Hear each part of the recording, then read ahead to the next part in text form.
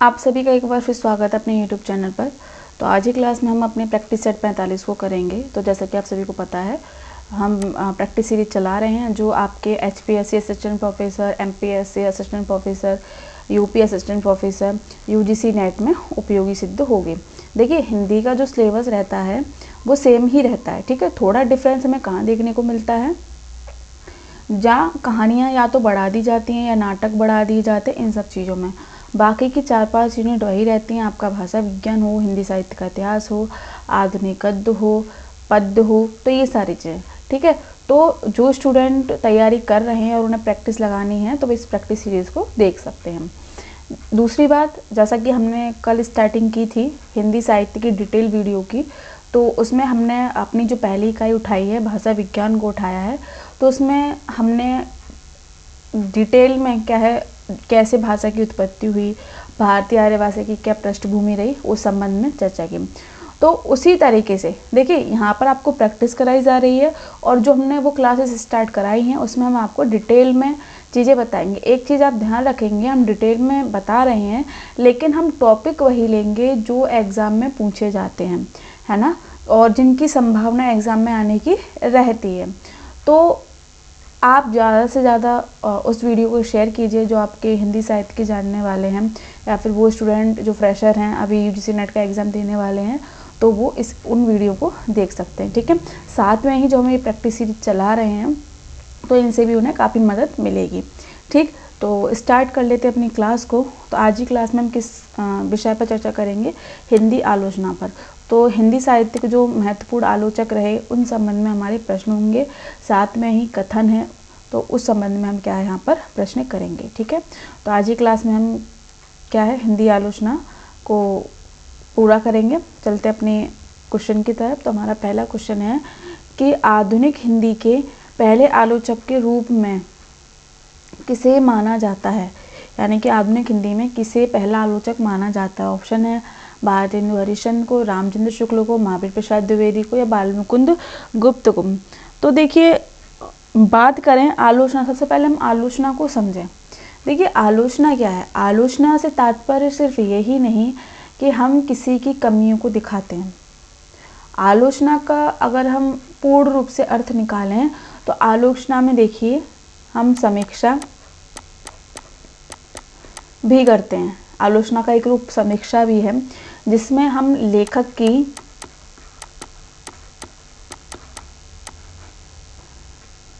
उपलब्धि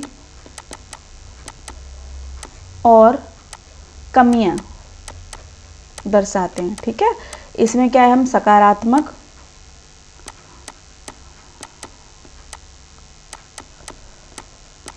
और नकारात्मक दोनों पहलुओं पर लेकर चर्चा करते हैं। यदि किसी साहित्यकार ने कोई अच्छी खोज की है, कुछ अच्छा लिखा है उन्होंने, तो हम उसकी सराहना भी करते हैं। यदि हम देखते हैं कि साहित्यकार ने जो विचारधारा प्रस्तुत की है उसमें कमियां हैं, तो उनको भी उजागर करते हैं। तो एक अच्छा आलोचक वो होता है जो वस्तुनिष्ठ रहकर, यानी कि एकाग्र रहकर चिंतन मनन करे, उसके बाद क्या कमियां रहीं साहित्यकार के साहित्य में उनको देखे, और क्या उपलब्धियां रहीं, है ना। तो वो एक महान आलोचक माना जाता है, क्योंकि वो सिर्फ एक पक्षीय ही बात को नहीं देखता, बल्कि द्विपक्षीय, उसके दोनों पक्ष को देखेगा कि इन्होंने अच्छी चीज़ हमें क्या दी है, इनके साहित्य ने, समाज पर इसका क्या प्रभाव पड़ेगा, और क्या कमियां रहीं जिनको ये दिखाने में चूक गए। तो ये सारी चीज़ें जब कोई आलोचक आलोचना करता है तो उन सबको आधार बनाकर फिर अपनी विचारधारा को प्रस्तुत करता है कि ये राइटर हैं, इन्होंने ये चीज़ कही, तो इसमें ये चीज़ जोड़ सकते थे, है ना, या फिर इनकी ये उपलब्धि है, तो इस चीज़ की हम सराहना करते हैं। समझ रहे हैं। जैसे आप देखिए, जयशंकर प्रसाद ने कामायनी लिखी। अब कामायनी पर आप देखिए कितने उस पर लेख लिखे जा चुके हैं, है ना। कामायनी एक पुनर्विचार। तो इसमें क्या है, जयशंकर प्रसाद, आधार तो जयशंकर प्रसाद की कामायनी है ना, लेकिन क्या कमियां उनकी कामायनी में रही और क्या चीज़ें जयशंकर प्रसाद ने बहुत अच्छी दिखाएं, तो उनका विश्लेषण प्रस्तुत किया जाता है। ठीक उसी प्रकार आलोचना में क्या होता है, जो आलोचक होता है वो विश्लेषणात्मक अध्ययन करता है, ठीक है, चिंतन मनन करता है, तब वो जाकर, देखिए हम आलोचना दूसरे की कब कर सकते हैं, जब हमने गहन अध्ययन किया हो। अगर हम आलोचना प्रस्तुत कर रहे हैं तो हमारे पास तर्क की भी होना चाहिए कि हमने जो बात कही है वो किस तर्क पर हमने कह दी, है ना। तो आपको आलोचना की पृष्ठभूमि समझना होगा कि आलोचना का अर्थ किसी कृति के मूल्यांकन से है। समझ रहे हैं। मूल्यांकन की प्रक्रिया अनिवार्यतः दो पक्षों पर आधारित होती है। अब देखिए हिंदी साहित्य में मूल्यांकन दो रूप से होता है, एक तो सैद्धांतिक, एक होता है व्यवहारिक। देखिए जिन्होंने सिद्धांतों पर आधारित लेख लिखे, ठीक है, वो सैद्धांतिक रूप में देखते हैं, फिर व्यवहारिक रूप में इसका क्या प्रभाव पड़ रहा है, ये सारी चीजें। तो आलोचना में क्या है, विश्लेषणात्मक अध्ययन करके उनका मूल्यांकन प्रस्तुत किया जाता है कि इन राइटरों ने ये चीज़ की यहाँ पर कमी की, ये इनकी उपलब्धियाँ नहीं और इस पर ये समाज पर प्रभाव पड़ा। समझ रहे हैं बात को। अब हम प्रश्न पे आ जाते हैं, हमने पृष्ठभूमि समझ ली कि आलोचना क्या है। तो आलोचना क्या है, विश्लेषणात्मक अध्ययन, ठीक है। आधुनिक हिंदी के पहले आलोचक के रूप में किसे माना जाता है, भारतेंदु हरिश्चंद्र को। किसे माना जाता है, भारतेंदु हरिश्चंद्र को। ध्यान देंगे भारतेंदु हरिश्चंद्र आलोचक के रूप में देखे जाते हैं। कैसे, आप इनकी रचनाएं देखिए। उस समय ब्रिटिश शासन था, तो क्या गतिविधि रही, कैसे वो अत्याचार कर रहे थे, और जो उन लोगों के तरफ थे, यानी कि जो भारतीय लोग अंग्रेजों के तरफ थे, तो उन पर उन्होंने कटाक्ष भी किए, है ना। तो ये सारी चीज़ें उन्होंने लिखी। चलते हम अपने अगले प्रश्न की ओर। अगला प्रश्न देखें हम कि हिंदी प्रदीप सच्ची समालोचना का संबंध किससे है। महत्वपूर्ण, हिंदी प्रदीप सच्ची समालोचना का संबंध किससे है। ऑप्शन है भारतेंदु, बालकृष्ण भट्ट, बद्रीनारायण चौधरी प्रेमघन, प्रताप नारायण मिश्र। तो बात करें हम भारतेंदु के विषय में, तो देखिए भारतेंदु की जो हमें आलोचना है, ठीक है, वो हमें किस रूप में प्राप्त होती है। तो भारतेंदु का एक निबंध था, ठीक है, नाटक, उसमें हम इनकी विचारधारा को देख सकते हैं। अगर हम बात करें हिंदी प्रति सच्ची समालोचना का संबंध किससे है, तो किससे है, ये बालकृष्ण भट्ट से। ध्यान रखेंगे, ये प्रश्न पूछा जाता है। चलते हैं अपने अगले प्रश्न की ओर। अगला प्रश्न देखें कि समालोचना समुच्चय किसकी रचना है। महत्वपूर्ण, समालोचना समुच्चय किसकी रचना है। ऑप्शन है महावीर प्रसाद द्विवेदी, श्याम सुंदर दास, बालकृष्ण भट्ट, लाला भगवान दीन। तो समालोचना समुच्चय किसकी रचना है, महावीर प्रसाद द्विवेदी। ये द्विवेदी युग के प्रवर्तक भी माने जाते हैं। ध्यान देंगे, तो इन्होंने जब समालोचना समुच्चय लिखा तो इन्होंने क्या है, 20 समालोचनाओं का संकलन किया और ये प्रकाशित कब करवाया इन्होंने, 1930 में, सन 1930 में। तो ये आप यह चीज़ ध्यान रखेंगे। अगर हम बात करें श्याम सुंदर दास की, तो श्याम सुंदर दास की अगर हम रचना देखें तो रूपक रहस्य। देखिए आपको चीज़ें याद रखनी है, सैद्धांतिक समीक्षाएं लिखी हैं इन्होंने। तो रूपक रहस्य, प्रश्न बनता है कि रूपक रहस्य किसकी रचना है ना। तो किसकी है, ये श्याम सुंदर दास की।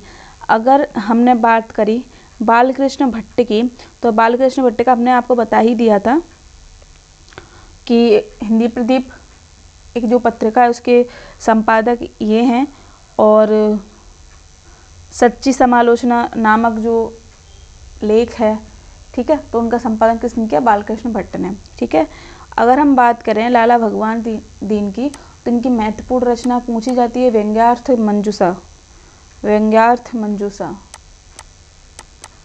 आपको ये चीज़ें याद होनी चाहिए, रचना यहाँ से पूछी जाती है, ठीक है। मिलान करने को दे दिया जाता है, एक तरफ रूपक रहस्य लिख देंगे, व्यंग्यार्थ मंजूषा लिख देंगे, सच्ची समालोचना लिख देंगे, या समालोचना समुच्चय लिख देंगे, फिर एक साइड को राइटर लिख देंगे। अब उसमें से आपको चूज़ करना है कि किस राइटर की कौन सी पुस्तक है या कौन सा लेख है, ठीक है।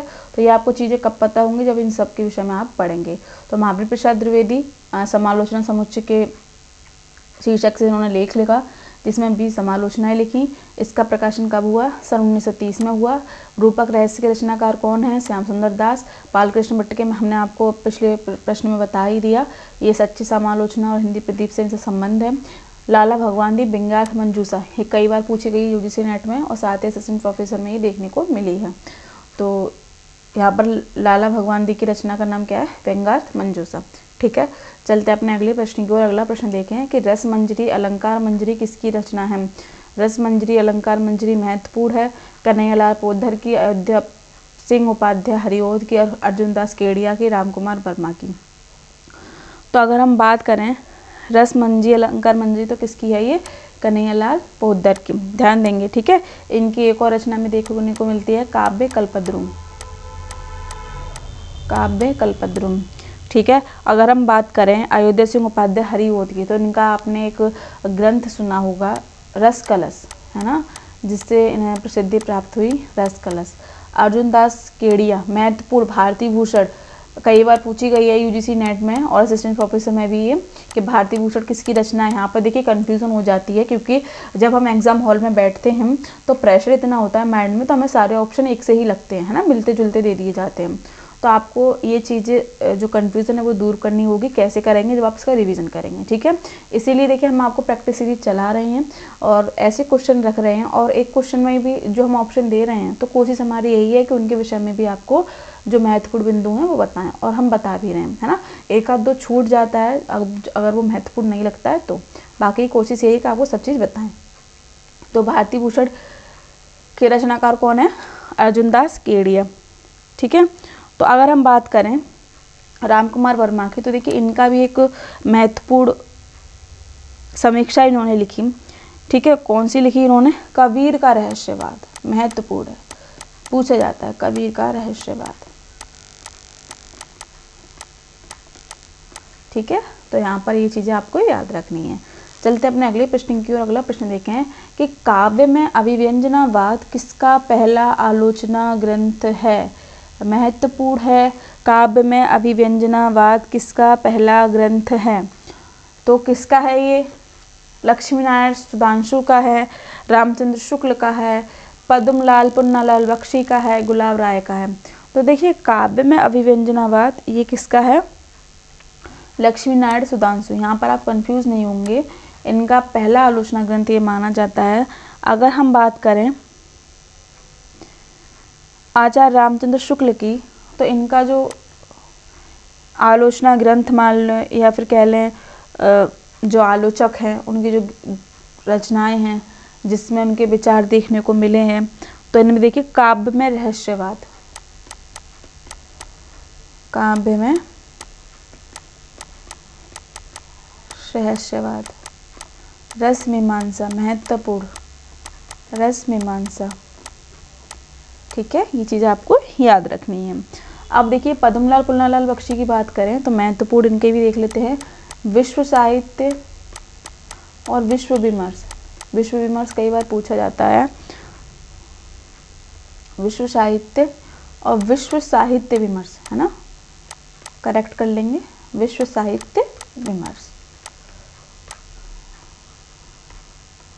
तो ये किसने लिखी, पद्मलाल पुन्नालाल बख्शी ने।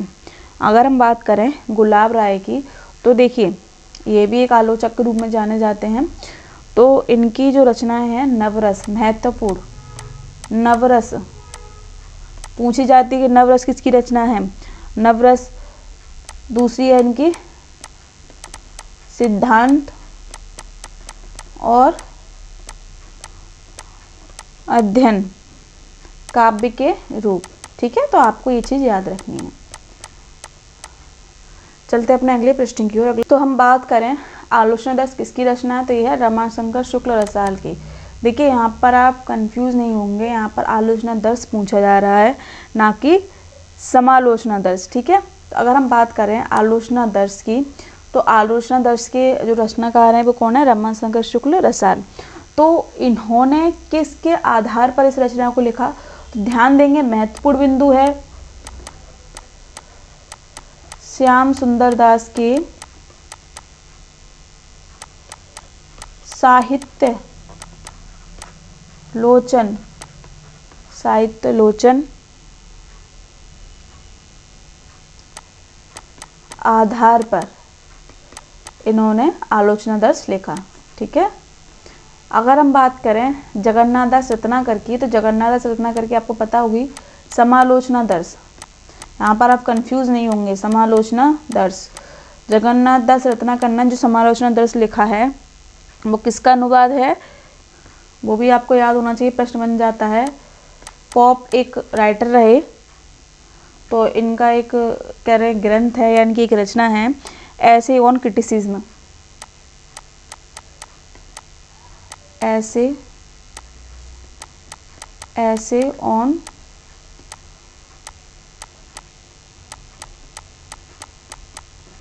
क्रिटिसिज्म। ठीक है, तो इनका अनुवाद किसने किया था? जगन्नाथ दास रत्नाकर ने, है ना। तो यहाँ पर ये चीज़ें आपको याद रखनी है। चलते हैं अपने अगले बिंदु पर या फिर अगले प्रश्न पर। श्याम सुंदर दास के तो आपको पता ही होगा, साहित्य लोचन। ठीक है, साहित्य लोचन का अनुवाद ही इन्होंने उसमें कर दिया। क्या नाम है इनका? रामशंकर शुक्ल रसाल ने किस नाम से? आलोचना दर्श। आधार किसको बनाया इन्होंने? साहित्य लोचन को। ठीक है, और रूपक रहस्य हमने आपको बता दिया है कि श्याम सुंदर दास की रचना एक और है रूपक रहस्य, जो सैद्धांतिक समीक्षा है। ठीक, चलते अपने अगले प्रश्न की ओर। अगला प्रश्न देखें कि कविता परिवेश की पुकार है, महत्वपूर्ण कथन। कविता परिवेश की पुकार है, तो ये कथन किसने कहा है? निराला ने, पंथ ने, प्रसाद ने या फिर महादेवी वर्मा ने? तो ये कहा है निराला ने। ध्यान देंगे किसने कहा है? निराला ने। अगर हम बात करें पंथ की, तो पंथ ने भी एक कथन बोला था जो महत्वपूर्ण है आपके आलोचना की दृष्टि से, कि कविता हमारे परिपूर्ण क्षणों की बाड़ी है। महत्वपूर्ण कथन है, ध्यान देंगे कि कविता हमारे परिपूर्ण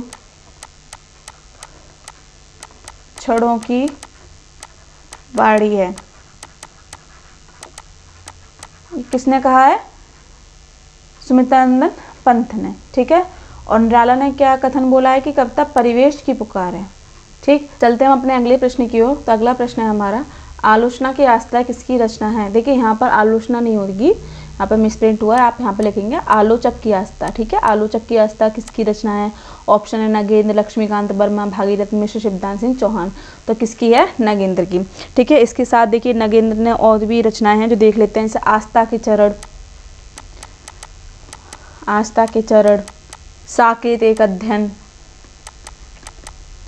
साकेत एक अध्ययन, विचार और विवेचन, विचार और विवेचन, अरस्तु का काव्यशास्त्र, अरस्तु का काव्य शास्त्र, चेतना के बिंब, चेतना के बिंब। तो ये किसकी रचनाएं हैं? नगेंद्र की। अगर हम बात करें लक्ष्मीकांत वर्मा के विषय में कि लक्ष्मीकांत वर्मा ने कौन सी रचनाएं लिखी, तो देखिए इनके भी महत्वपूर्ण हैं, यहाँ पे इनकी पूछ ली जाती हैं। तो लक्ष्मीकांत वर्मा की नई कविता के प्रतिमान, नई कविता के प्रतिमान, नई कविता के प्रतिमान। दूसरी है इनकी नए प्रतिमान पुराने निकष, नए प्रतिमान पुराने निकष। भागीरथ मिश्र की अगर हम देखें तो भागीरथ मिश्र की है हिंदी काव्यशास्त्र का इतिहास, हिंदी काव्यशास्त्र का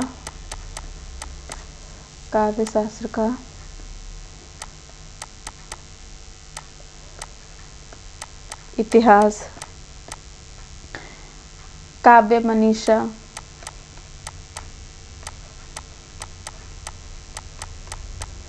काव्यशास्त्र, पाश्चात्य काव्यशास्त्र। तो ये किसकी हैं? भागीरथ मिश्र की। अगर हम बात करें शिवदान सिंह चौहान के विषय में, तो इनको आपको याद रखना है, महत्वपूर्ण है, यहाँ से प्रश्न बनते हैं। तो इनकी रचनाएं हैं साहित्य की परख, साहित्य की परख, आलोचना के मान, आलोचना के मान, हिंदी साहित्य के 80 वर्ष। महत्वपूर्ण है हिंदी साहित्य के 80 वर्ष।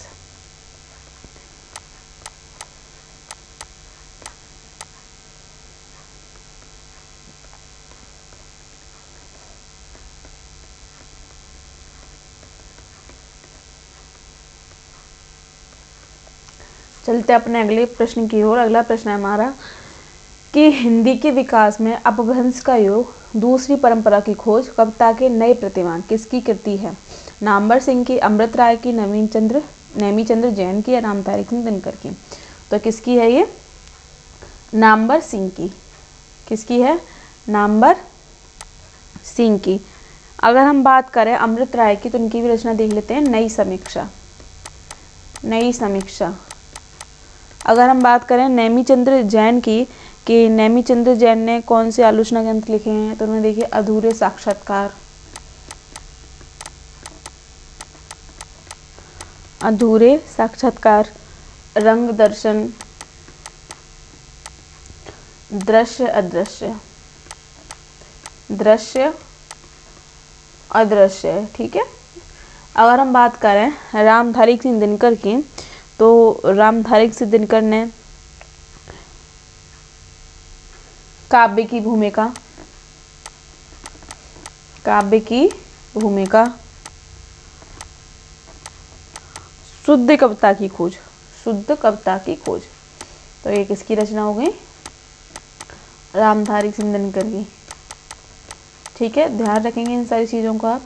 चलते हैं अपने अगले प्रश्न की ओर। अगला प्रश्न है कि साहित्य और इतिहास दृष्टि किसकी रचना है? महत्वपूर्ण साहित्य और इतिहास दृष्टि किसकी रचना है? ऑप्शन है मैनेजर पांडे, विश्वनाथ प्रसाद तिवारी, मलयज, राजेंद्र यादव। तो अगर हम बात करें साहित्य और इतिहास दृष्टि किसकी रचना है तो किसकी है ये? मैनेजर पांडे की। किसकी है? मैनेजर पांडे की। चलते अपने अगले प्रश्न की ओर। अगला प्रश्न है कि उपनिवेश में स्त्री किसकी रचना है? उपनिवेश में स्त्री। अब देखिए स्त्री वादी जो या फिर कह ले स्त्री साहित्यकार हैं, उनके संबंध में प्रश्न है कि उपनिवेश में स्त्री किसकी रचना है? ऑप्शन है प्रभा खेतान, अनामिका, नाश्रय शर्मा या मृणाल पांडे। तो किसकी है ये? प्रभा खेतान की। अगर हम बात करें अनामिका की तो अनामिका की हम रचना देख लें, ऐसे उत्तर गाथा, उत्तर गाथा, अस्तित्व का मानचित्र, अस्तित्व का मानचित्र। ठीक है। नाशा शर्मा की महत्वपूर्ण औरत के लिए औरत, औरत के लिए औरत। ठीक। मृणाल पांडे की देखें तो देश की राजनीति से देह की राजनीति तक, देश की राजनीति से देह की राजनीति तक।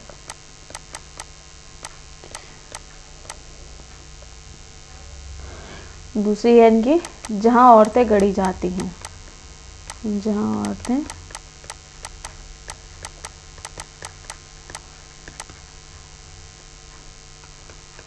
गढ़ी जाती हैं। ठीक है, याद रखेंगे। चलते अपने अगले प्रश्न की ओर। अगला प्रश्न है कि आदमी की निगाह में औरत, महत्वपूर्ण आदमी की निगाह में औरत, राइटर कौन है? राजेंद्र यादव, अरविंद जैन, दुष्यंत, सुधीश पचौरी। तो इसके कौन है? राजेंद्र यादव। ठीक है। अगर हम बात करें सुधीश पचौरी की तो इनकी महत्वपूर्ण एक रचना है नारी देह के विमर्श, नारी देह के विमर्श। ठीक है। दुष्यंत की है रचना स्त्रियां पर्दे से प्रजातंत्र तक, स्त्रियां पर्दे से प्रजातंत्र तक। ठीक। अगर हम बात करें अरविंद जैन की, तो इनकी भी हम रचना देख लेते हैं। अस्तित्व और अस्मिता, अस्तित्व और अस्मिता, औरत होने की सजा, औरत होने की सजा। तो ये किसकी रचना? अरविंद जैन की। ठीक है, चलते अपने अगले प्रश्न की ओर। अगला प्रश्न है कि दलित साहित्य का सौंदर्य शास्त्र किसकी रचना है? महत्वपूर्ण। दलित साहित्य का सौंदर्य शास्त्र किसकी रचना है? ओम प्रकाश वाल्मीकि की, जयप्रकाश कर्दम की, या मोहनदास नेमिसराय की? तो ये किसकी है? ओम प्रकाश वाल्मीकि की। ठीक है, ओम प्रकाश वाल्मीकि की। चलते अपने अगले प्रश्न की ओर। अगला प्रश्न देखें है कि प्राचीन और नवीन का सुंदर सामंजस्य भारतेंदु की कला का विशेष माधुर्य है, यह कथन किसने कहा? ध्यान देंगे, यहाँ पर विद्वान ने क्या कहने की कोशिश करी है कि भारतेंदु के अगर हम साहित्य को देखें तो उसमें प्राचीन और नवीन दोनों की जो साहित्यिक विशेषताएं हैं वो देखने को मिलती हैं। ठीक है, जहाँ वो पारंपरिक रूप से अपनी रचनाओं को लिख रहे हैं, वहीं दूसरी तरफ जागरूकता भी उनकी साहित्य में देखने को मिलती है। तो ये कथन किसने कहा है? रामचंद्र शुक्ल ने कहा है। किसने कहा है? रामचंद्र शुक्ल ने। ठीक है, चलते अपने अगले प्रश्न की ओर। अगला प्रश्न है कि राजनीति और साहित्य मात्र अभिव्यक्ति में भिन्न है, उनका मूल आज का यथार्थ, उसके लक्ष्य, उसके अभिप्रेत, उसके संघर्ष। देखिए सीधे सीधे यहाँ पर क्या बात बोली गई है कि राजनीति और साहित्य मात्र अभिव्यक्ति में भिन्न है, उनका मूल आज का यथार्थ, उसके लक्ष्य, उसके अभिप्रेत, उसकी संघर्ष है। ठीक, तो ये कथन किसने बोला है? मुक्ति बोध ने। किसने बोला है? मुक्ति बोध ने। तो आज की क्लास में हमने अपने हिंदी साहित्य के आलोचना विधा से जो महत्वपूर्ण आलोचक थे और जो महत्वपूर्ण प्रश्न थे उस संबंध में हमने चर्चा की।